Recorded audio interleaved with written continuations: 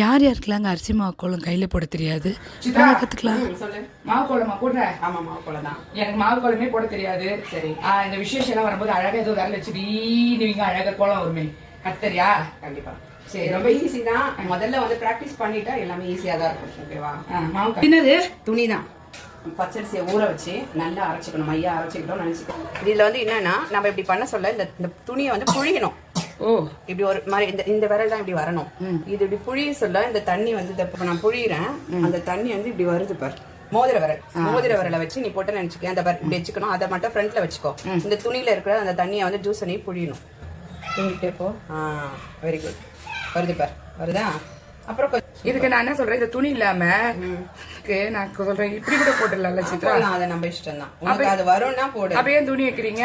எனக்கு வந்து அது வந்து பழகிடுச்சு. இன்னொன்னு வந்து இந்த மாதிரி விரல் வச்சு போடுறதும் அதுக்கும் ஒரு பிராக்டிஸ் வேணும். நீங்களே பிறந்துட்டீங்க பிரது, அம்மாக்கு இன்னும் வந்து மாவு கோலம் போட கத்துக்கல. சரி விடு, நான் உனக்கு சொல்லி தரேன். நீ அது போடுறியா?